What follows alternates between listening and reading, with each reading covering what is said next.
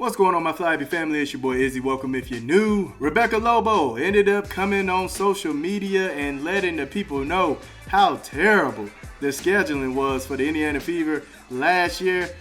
And she's catching smoke just for pointing it out, man. We are about to get into it, but before we do that, y'all make sure y'all hit the thumbs up for your boy if you like the content. Don't forget to subscribe to the channel. We're trying to hit 22.1, so if you can help me out with that, I highly appreciate it. And don't forget to get in the comment section and let me know what y'all think about this. Let's get it. All right, so let's jump right into it, man. Rebecca Lobo ended up tweeting out what a difference a year makes in terms of the Indiana Fever's early schedule. Last year, they started with one of the toughest stretches in WNBA history. This year's early schedule is much friendlier. Graphic Julian Sherry. And just looking at the graphic, hopefully I can see that. Yeah, I can see this. So it's a feverish start to the season. 2024, 11 games in 20 days. I even remember the Big Baby meme that was going on when he was looking like, dang. That was hilarious. But 5 home, 6 away, 2 back-to-backs. Whew, man, they were getting it in last year. Now look at this year, 2025, 11 games in 32 days, 7 home games, 4 away, 0 back-to-back. So they really changed it a whole lot, fam. Look at the teams that they had to play. The Liberty, who won the championship. The Sun, who beat them in the playoffs. The Storm, who made the playoffs. The Sparks, who didn't really make the playoffs, but also had Cameron Brink at this time where she was leading the league in blocks. All right. Had to play the Aces with 4 Olympians on that team who also made the playoffs. Had to play the Sparks again, which they won that game. Then they had to play the Storm again. Played the Sky in a close game, 70-71. Then they had to play the Liberty again. Ran into the Mystics, which was kind of a toss-up. But wasn't easy. As you see, it's 85-83. The Mystics last year was the team that wasn't really over 500 team, but if you don't come in to play, they will give you that work. That's the type of team the Mystics were. And then had the Sun again, which they lost. So, dog, like, that was a crazy schedule. Now, mind you, Rebecca Lobo stated this last year, so, of course, this is something she was going to pay attention to this year.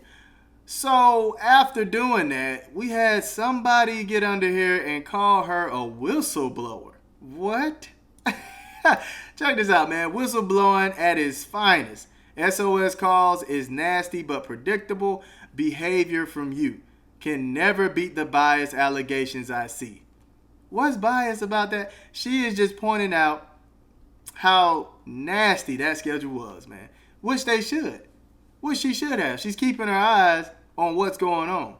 And she called it out last year. So what what do you mean? What do you mean? And it's really funny. Hopefully this individual is pointing out all the other biased analysts that are woven within the WNBA. Hopefully. Because if you want to call this bias, there's a whole lot of biased stuff going on with some of these other analysts. I never heard Rebecca Lobo come out and blankly lie on a player. I didn't hear Rebecca Lobo come out and say Juju Watkins passed Caitlin Clark for the most points in 2 years, so now she holds the title when it's really Kelsey Mitchell that holds the title. I didn't hear Rebecca Lobo do these things, man. Hopefully you keep your integrity and your dignity when trying to call out people for being biased, and you call out all the people for being biased, if this is what you want to call bias.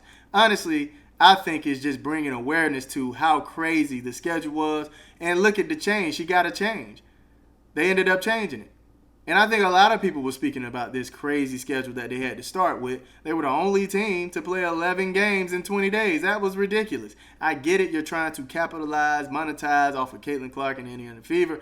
But, man, you cannot put their health at risk or at jeopardy just to make your money. That was insane, man. That's selfish. Very selfish.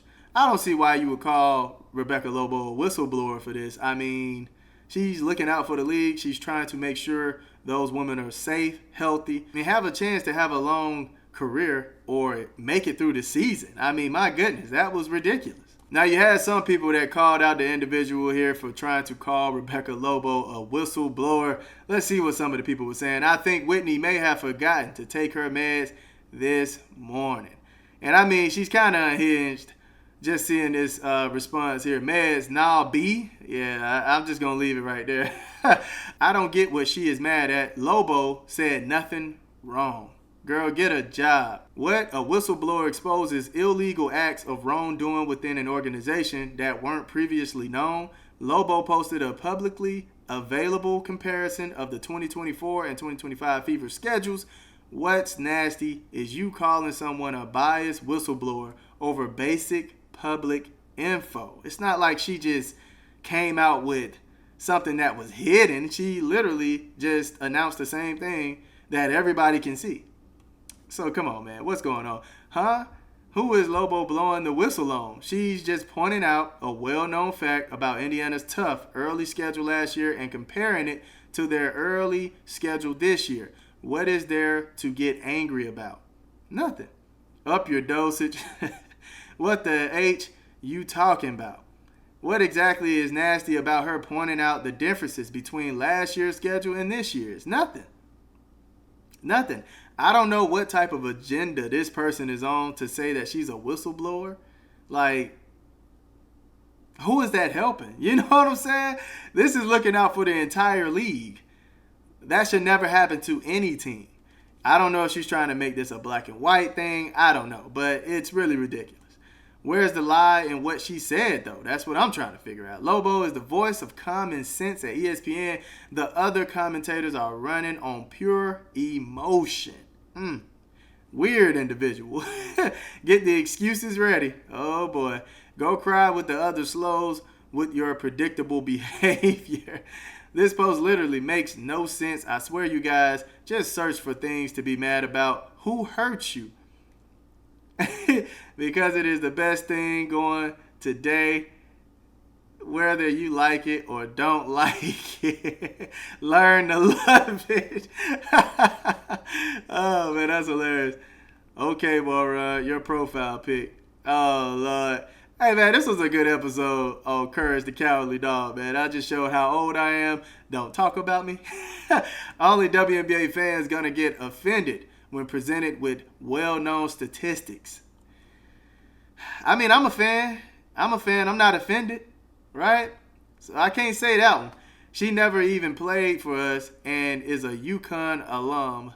Y'all make up this bias. Why are you such a toxic person? Last year, having 11 games in 20 days had them like 3, 4, 5 games ahead of basically every other team. Fever had played 11 games to the Aces 6. It's nuts, man. That is nuts. Why are you the way that you are? I hope someone is going to shut you up. Keep crying ugly. Whoa, we're not even going to stoop that low, man. There's no reason to go low like that.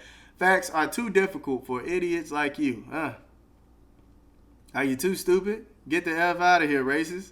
Oh, man. Yeah, so I saw this, man, and I was like, what are we talking about now, man? Are we coming at an analyst for simply pointing out the obvious?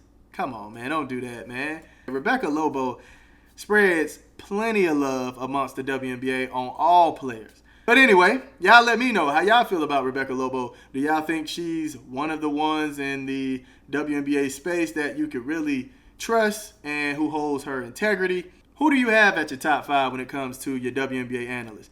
Whether it's people that work for ESPN, TNT, or maybe you have some YouTubers in mind that you have a list of your top 5 to go to. Let me know in the comment section. I love y'all. Y'all keep it smooth.